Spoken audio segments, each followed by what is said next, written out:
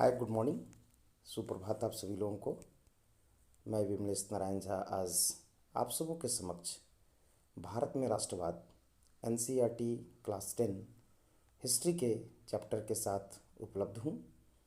ये चैप्टर जैसा कि आप सभी जानते हैं सीबीएसई के 10th बोर्ड एग्ज़ाम के टर्म 2 के लिए उपयोगी है।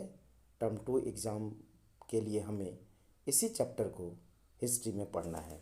तो आइए एक बार हम इस चैप्टर का आप सबों के साथ रिवीजन शुरू करते हैं और इस चैप्टर को हम लोग पढ़ने का प्रयास करते हैं। भारत में राष्ट्रवाद, जैसा नाम से ही पता है कि राष्ट्रवाद के बारे में पढ़ना है। और जब हम राष्ट्रवाद को पढ़ेंगे, राष्ट्रवाद को समझेंगे, तो ये भी समझेंगे कि किस प्रकार हमारे भारत में राष्ट्रवाद की भावना का प्रसार होता है और राष्ट्रीय आंदोलनों के माध्यम से इसकी अभिव्यक्ति होती है और जिसकी परिणति में हमारा एक स्वतंत्र भारत का उदय होता है और ब्रिटिश शासन की दास्ता से हम मुक्त होते हैं। तो जैसा कि आप सभी जानते हैं कि यूरोप में राष्ट्रवाद हमने पढ़ा है। यूरोप के राष्ट्रवाद से हमारा राष्ट्रवाद डिफरेंट है। यूरोप के राष्ट्रवाद में हमने इस बात को जाना कि भाषा, संस्कृति और प्रजातीय पहचान राष्ट्रवाद के वहाँ पे सबसे बड़े कारक रहे हैं और जिसके चलते जर्मन लोगों ने अपना जर्मनी बनाया, इटालियन लोगों ने इटली बनाया, फ्रेंच लोगों का फ्रांस। वहाँ किसी विशेष भौगोलिक क्षेत्र में समान धर्म, भाषा, संस्कृति और प्रजाति के लोग निवास करते थे, जिसके चलते राष्ट्रीय राज्यों का बनाना वहाँ आसान हुआ। जहाँ तक भारत के संदर्भ में देखेंगे तो भारत एक बहुसांस्कृतिक राष्ट्र है, जहाँ नाना प्रकार के धर्मों के लोग रहते हैं, नाना प्रकार की जातियाँ निवास करती हैं, नाना प्रकार की भाषाएं बोली जाती हैं। तो हमारे देश में राष्ट्रवाद ब्रिटिश औपनिवेशिक शासन के खिलाफ प्रतिक्रिया के रूप में जन्म लिया और इस तरह से हम सभी लोगों ने इस बात को समझने का प्रयास किया कि ब्रिटिश औपनिवेशिक शासन हम सभी भारतवासियों के लिए हानिकारक है, शोषणकारी है। चाहे हमारा धर्म अलग हो, चाहे हमारी भाषा अलग हो, परंतु हमारी एक साझी विरासत है, एक साझा पहचान है। उत्तर में हिमालय से लेकर दक्षिण में हिंद महासागर, पूर्व में बंगाल की खाड़ी से लेकर पश्चिम में अरब सागर तक भूगोल ने ही एक हमें विशिष्ट स्वरूप प्रदान किया है, जहां हम हजारों वर्ष से साथ रहते आए हैं और इन्हीं चेतना के कारण मद्रास से लेकर पंजाब तक, बिहार तक, बंगाल तक के लोग आपस में एकजुट होते हैं और एकजुट होकर के ब्रिटिश शासन के खिलाफ संघर्ष करते हैं, राष्ट्रवाद की भावना का प्रसार करते हैं, राष्ट्रीय आंदोलनों का नेतृत्व करते हैं, उसमें भाग लेते हैं और हमारे देश को औपनिवेशिक शासन से आज़ाद कराते हैं। तो राष्ट्रवाद का अर्थ जहाँ तक हम जब समझने का प्रयास करेंगे तो वास्तव में अपने राष्ट्र के प्रति प्रेम की भावना, एकता की भावना तथा एक समान चेतना राष्ट्रवाद कहलाती है। लोग समान ऐतिहासिक, राजनीतिक और सांस्कृतिक विरासत साझा करते हैं। कई बार लोग विभिन्न भाषाई समूह के हो सकते हैं जैसे भारत, लेकिन राष्ट्र के प्रति प्रेम उन्हें एक सूत्र में बांधे रखता है। वास्तव में राष्ट्रवाद आधुनिक विश्व के राजनीतिक जागृति का प्रतिफल है, जो किसी खास भौगोलिक क्षेत्र में रहने वाले लोगों के बीच भावनात्मक रूप से एकता का वाहक बनती है। हम अभी भी देखते हैं कि हमारे देश का क्रिकेट मैच हो दूसरे देश के साथ, तो हम सबकी सांसें अटकी रहती हैं। हम चाहते हैं कि हमारी टीम जीते। ऐसा नहीं है कि टीम के जीतने पर हमें किसी प्रकार का कोई आर्थिक लाभ हो या अन्य कोई लाभ, परंतु उस टीम के साथ हमारी ये भावनाएं इसलिए जुड़ी होती है क्योंकि उसमें देश का नाम जुड़ा होता है। टीम कोहली की नहीं है, टीम रोहित शर्मा की नहीं है, टीम कभी धोनी की नहीं थी, टीम भारत की होती है। तो भारत नाम उसके साथ जुड़ा है, हम कैसे अपने देश के साथ हार शब्द को सहन कर सकते हैं। तो यही भावनात्मक रूप से हमें एकता के सूत्र में पिरोने का काम करती है और ऐसे ही प्रकार की भावना, इन्हीं प्रकार की भावनाओं से राष्ट्रवाद की भावना को बल मिलता है और लोग एकता के सूत्र में बंध जाते हैं, सभी आपसी भेदभाव को भुलाकर एकजुट हो जाते हैं। राष्ट्रवाद को जन्म देने वाले कारक जब हम यूरोप में चर्चा करेंगे तो राष्ट्रीय राज्यों के उदय से बना है, नेशन स्टेट से बना है, जहाँ language, religion, culture, ethnic group बहुत महत्वपूर्ण रहा है। परंतु if you talk about the colonies like India, Vietnam and other countries, तो यहाँ पर ये उपनिवेश विरोधी आंदोलन, that means movement against colonialism से ये भावना आया है। यानी औपनिवेशिक शासन के खिलाफ संघर्ष से राष्ट्रवाद आया है। भारत के संदर्भ में हम इसी रूप में इसे जानते हैं।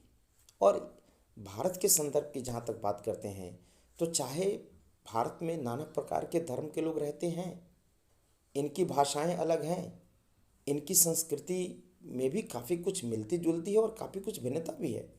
इसके बावजूद हम सभी ब्रिटिश शासन के शोषण का शिकार हो रहे थे। अतः यही प्रेरणा, यही भावना हमें एकजुट की और उसी एकजुटता के परिणाम स्वरूप हम उस दास्ता से मुक्त हो सके और हमने अपना राष्ट्र बनाया। अब हम इस चैप्टर में समझने का प्रयास करेंगे कि प्रथम विश्व युद्ध, खिलाफत और असहयोग, इस टॉपिक को हम देखेंगे।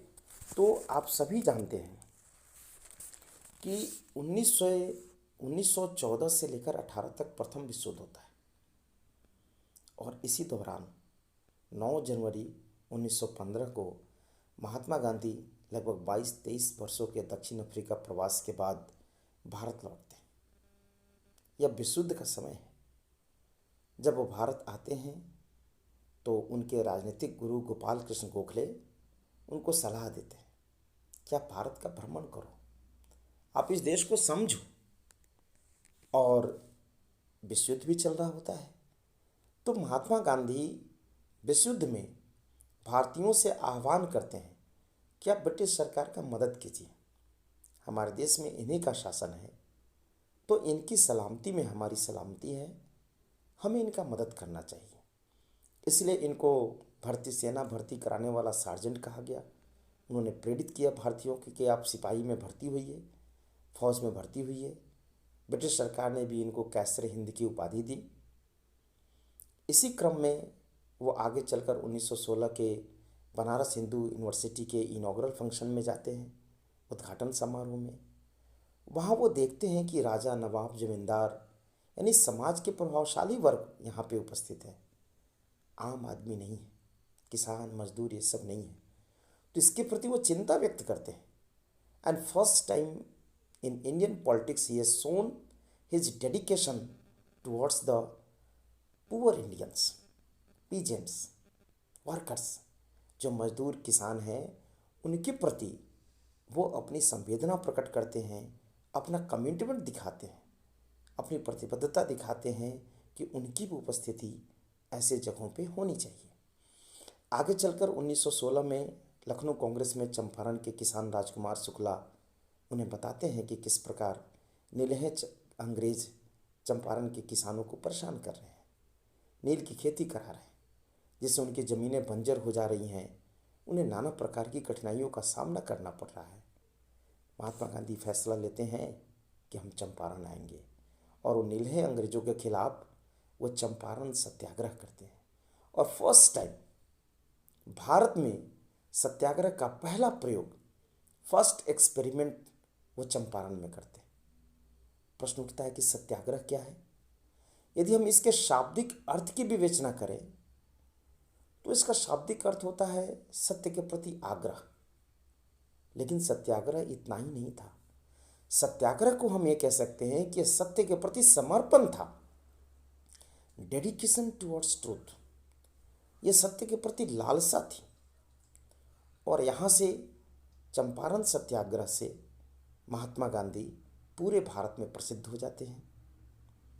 पूरे देश में लोग जानते हैं कि हाँ, एक ऐसा नेता का हमारे देश में आविर्भाव हुआ है जिसने किसानों के दुखों को समझा है और उनको दूर करने का प्रयास किया है। दक्षिण अफ्रीका उनके सत्याग्रह के सफल प्रयोग की पहली भूमि थी और भारत में चंपारण उनके सत्याग्रह के प्रयोग की पहली भूमि थी। अब प्रथम विश्व युद्ध, खिलाफत और असहयोग की जहाँ तक हम मीमांसा करेंगे तो युद्ध के बाद और युद्ध का भारत पर प्रभाव बहुत ही नकारात्मक था।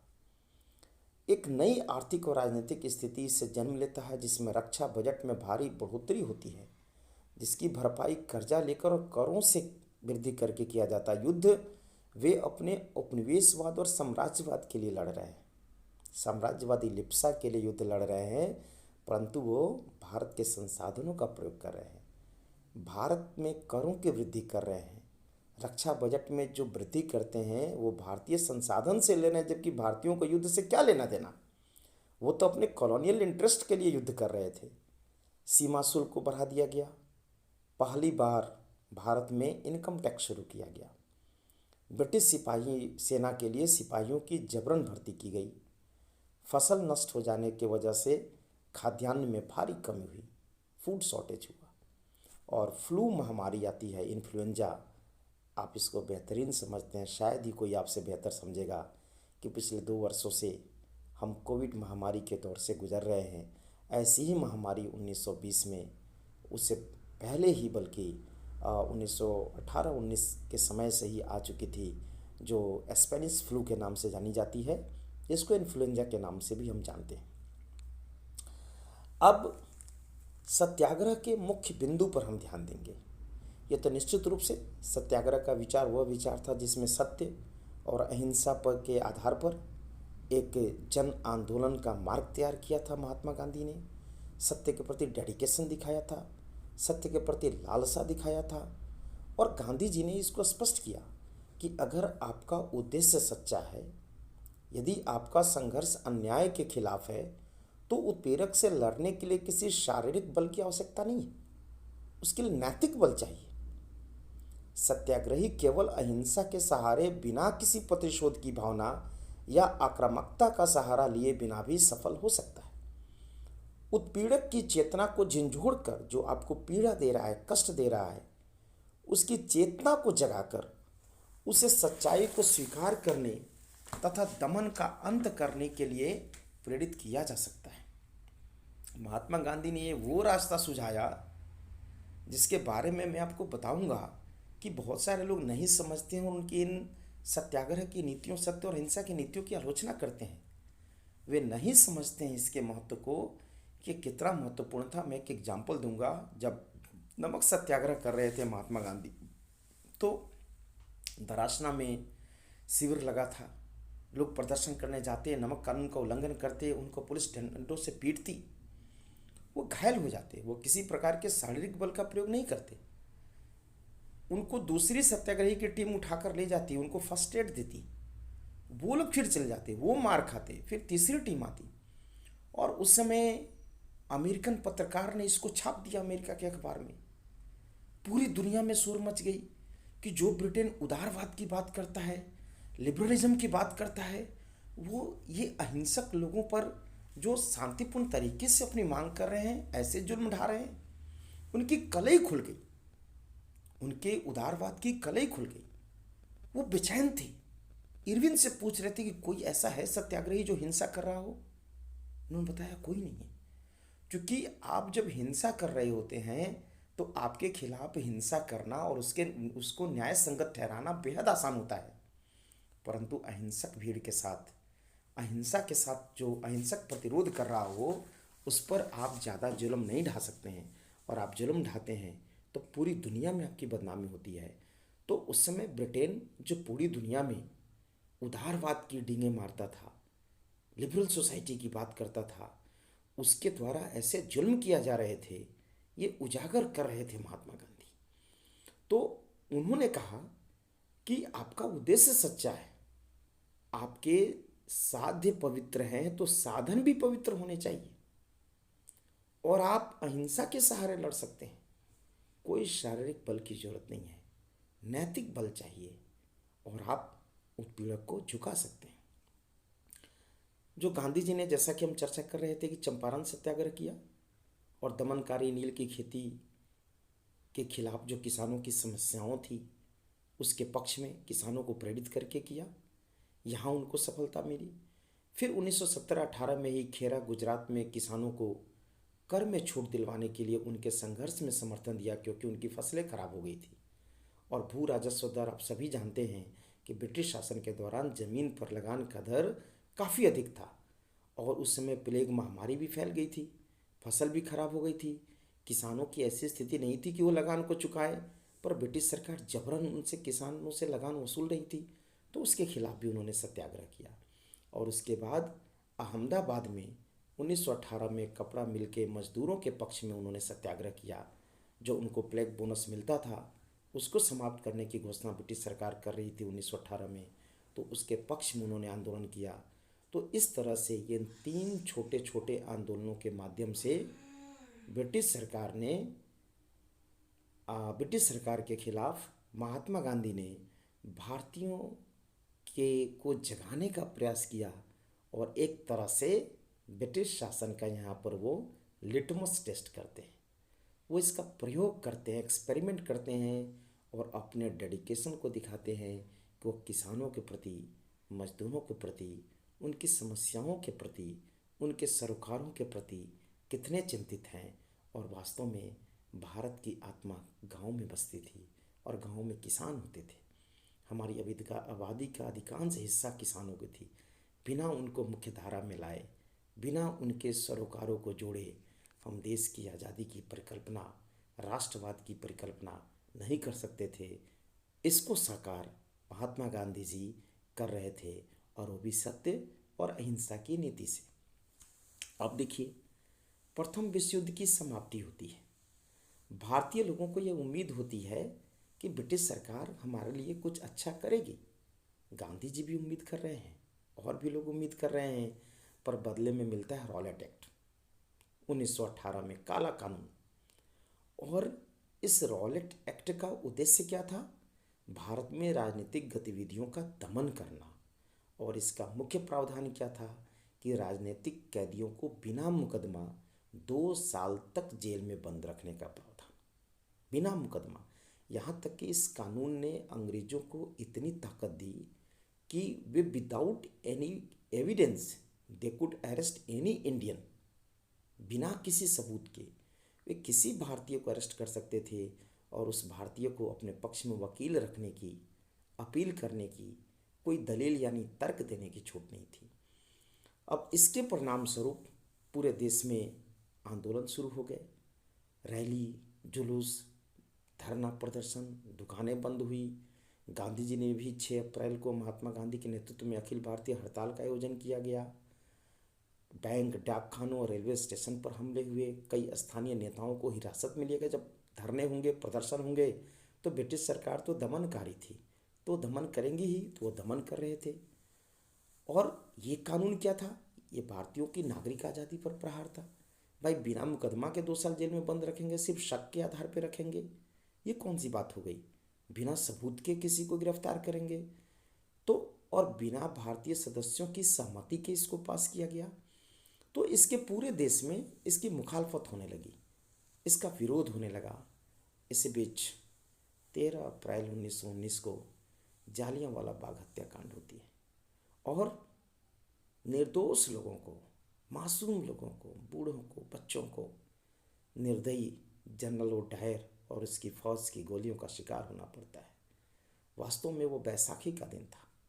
पंजाब में बैसाखी का त्यौहार एक तरह से नव वर्ष का त्यौहार है, न्यू ईयर सेलिब्रेशन है। वहाँ स्थानीय नेता सैफुद्दीन किचलू और सतपाल के गिरफ्तारी के खिलाफ लोग एक तरह से सभा कर रहे थे। बैसाखी का दिन था, मेला लगा था। जो भी लोग, महिलाएं, बच्चे, बुजुर्ग मेला देखने गए, कुतूहलवश उस सभा में चले गए। हालांकि पंजाब में मार्शल लॉ लगाया गया था, पर आम आदमी क्या समझे मार्शल लॉ? उसे इन सब चीज़ों की बारीकियों की पता नहीं थी, तो लोग चले गए। तभी जनरल डायर आयात आता है और उस जालियांवाला बाग में एक ही छोटा सा गेट है, गेट को जाम करके वहाँ से वो फायरिंग कर देता है बिना चेतावनी के। सैकड़ों लोग मारे जाते हैं। कई लोग दीवार से कूदते हैं जान बचाने के लिए, उसमें घायल हो जाते हैं या उनकी जानें चली जाती हैं। कई लोग उस वहाँ पे कुआं था जलियांवाला बाग में, उसमें कूद जाते हैं। अफरा तफरी का माहौल और सैकड़ों निर्दोष लोगों की जान जाती है। इसके परिणाम स्वरूप पूरे देश में आंदोलन होता है। महात्मा गांधी इससे काफ़ी मर्माहत होते हैं, काफ़ी हताहत होते हैं और वो 6 अप्रैल को अखिल भारतीय हड़ताल का आयोजन करते हैं। भिन्न भिन्न शहरों में रैली, जुलूस होती है दुकानें बंद होती है, सरकार भी दमन करती हैं, लोगों को मारती पीटती हैं। पंजाब में तो इतना दमन कर रहे थे वो कि हिंदू मुस्लिम को बांध करके एक साथ कहते थे कि तुम लेट कर चलो, तुम्हें एकता का पाठ पढ़ाते हैं। तो बड़ी क्रूर दमन किया जाता है, जिससे लोगों में और नाराज़गी बढ़ जाती है। बहुत सारे सड़कों पर, शहरों में लोग सड़कों पर उतर आते हैं, हड़ताल होने लगती है, लोग पुलिस से मोर्चा लेने लगे, सरकारी इमारतों पर हमला करने लगे, सरकार और क्रूर दमन करने लगी। सत्याग्रहियों को ज़मीन पर नाक रगड़ने के लिए, सड़क पर घिसट कर चलने, सारे साहिबों यानी अंग्रेज़ों को सलाम करने के लिए बाध्य किया गया। लोगों को कोड़े मारे गए, गुजरावाला पंजाब के गांवों पर बम बरसाया गया। अब चूंकि ये आंदोलन में लोगों की प्रतिक्रिया स्वाभाविक थी, अंग्रेज जिस तरह से दमन कर रहे थे तो लोगों का गुस्सा स्वाभाविक था। परंतु जैसा कि महात्मा गांधी का डेडिकेशन है, उनका कमिटमेंट है कि हम हिंसा का साथ नहीं देंगे, तो हिंसा फैलते देख महात्मा गांधी ने रॉलेट सत्याग्रह को वापस ले लिया। लेकिन 1920 आते आते महात्मा गांधी इस बात पर विश्वास करने लगे कि अब इस देश में एक व्यापक जन आंदोलन की आवश्यकता है। उन्होंने देख लिया कि रॉलेट एक्ट, फिर जालियांवाला बाग हत्याकांड, उसके बाद पंजाब की बर्बरतापूर्ण कार्रवाई, दमन, उन्होंने महसूस किया कि अब ब्रिटिश शासन के खिलाफ व्यापक जन आंदोलन की आवश्यकता है और उसका समय आ गया है। उन्होंने इस असहयोग आंदोलन का इसे नाम दिया 1920 में। उन्होंने कहा कि अब असहयोग की आवश्यकता है। सवाल उठता है कि असहयोग ही क्यों? क्योंकि उन्होंने अपनी प्रसिद्ध पुस्तक हिंद स्वराज में 1909 में कहा था कि भारत में ब्रिटिश शासन भारतीयों के सहयोग से ही स्थापित हुआ और बिना हमारे सहयोग के नहीं चल सकता। इवन 1947 में जब अंग्रेज हमें छोड़कर गए, फिर 1.5 लाख थे, हम 36 करोड़ थे, तो बिना हमारे सहयोग के वो शासन नहीं कर सकते थे। ये अलग बात है कि हमारे देश के लोगों को ये पता ही नहीं था कि हमारे सहयोग पर वो निर्भर हैं। लोग अपनी ताकत को जान नहीं रहे थे, महसूस नहीं कर रहे थे। तो उन्होंने बताया कि, और इसके लिए उन्होंने रास्ते बताए। क्या रास्ते बताए? कि भाई चरणबद्ध तरीके से इस आंदोलन को आगे बढ़ाइए। अब कैसे चरणबद्ध तरीके से आप बढ़ाएंगे? तो आप जो है लोगों को, जितने भी लोग हैं उनको सरकार द्वारा जितनी पदवियां दी गई हैं उसको लौटा दी जाए। सरकारी नौकरी, सेना, पुलिस, अदालत, विधायी परिषद, स्कूल, कॉलेज, सबको भारतीय छोड़ दें।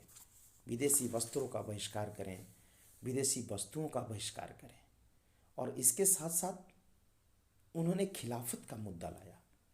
वास्तव में तुर्की के शासक, तुर्की के सुल्तान खलीफा कहलाते थे, जो पूरी दुनिया में मुसलमानों के आध्यात्मिक और धार्मिक नेता माने जाते थे।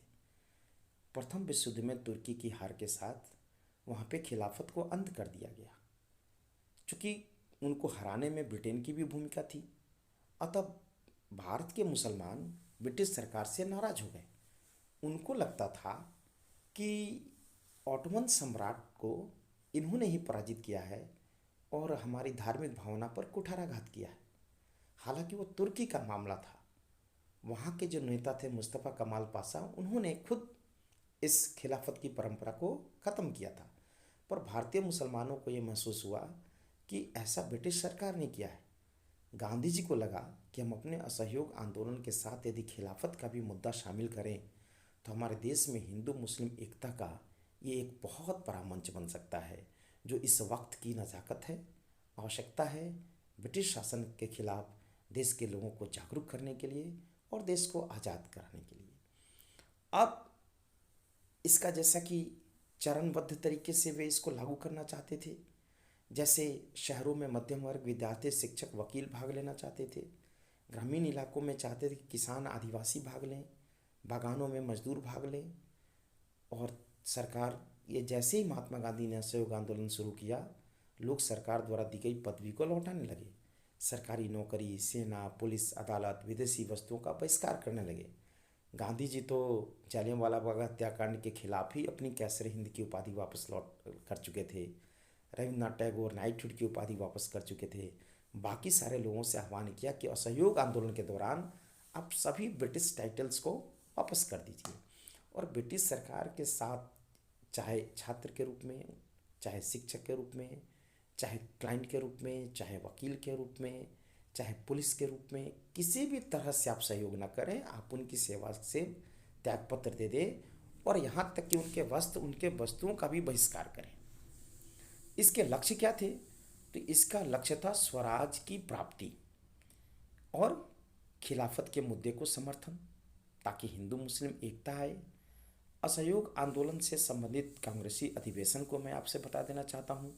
सितंबर 1920 में असहयोग आंदोलन की स्वीकृति दी गई नेताओं के द्वारा और दिसंबर 1920 में इस स्वीकृति पर मुहर लगी और असहयोग आंदोलन को शुरू किया गया। सितंबर 1920 में कांग्रेस का सेशन कलकत्ता में बुलाया गया असहयोग आंदोलन के लिए और दिसंबर 1920 में नागपुर में हुआ ये। तो इस अधिवेशन में समझौता हुआ और असहयोग की कार्यक्रम पर एक तरह से मुहर लगा दी गई। अब हम देखेंगे कि आंदोलन के भीतर अलग धाराएं। भारतीय समाज के भिन्न भिन्न समूहों ने आंदोलन में हिस्सा लिया, परंतु प्रत्येक वर्ग की अपनी आकांक्षाएं थीं। सभी वर्गों के लिए स्वराज का मतलब भिन्न था। प्रत्येक सामाजिक समूह आंदोलन में भाग लेते हुए स्वराज का मतलब एक ऐसा युग लिया। भारतीय लोगों के द्वारा जब स्वराज की व्याख्या की गई तो उन्होंने इसको अपने ढंग से डिफाइन किया और अपने ढंग से उन्होंने इसको डिफाइन करते हुए बताया कि ये ऐसा युग है जिसमें उनके सभी कष्ट और सारी मुसीबतें दूर हो जाएंगी। जैसा कि हम देखेंगे, बागान में काम करने वाले सोच रहे हैं कि हम बागान मालिक के शोषण से बच जाएंगे। आदिवासी सोच रहे हैं कि हम ब्रिटिश सरकार के औपनिवेशिक शोषण से मुक्त हो जाएंगे। तो सभी लोग अपने हिसाब से, किसान समझ रहे हैं कि हम दमनकारी करों से, राजस्व से मुक्त हो जाएंगे।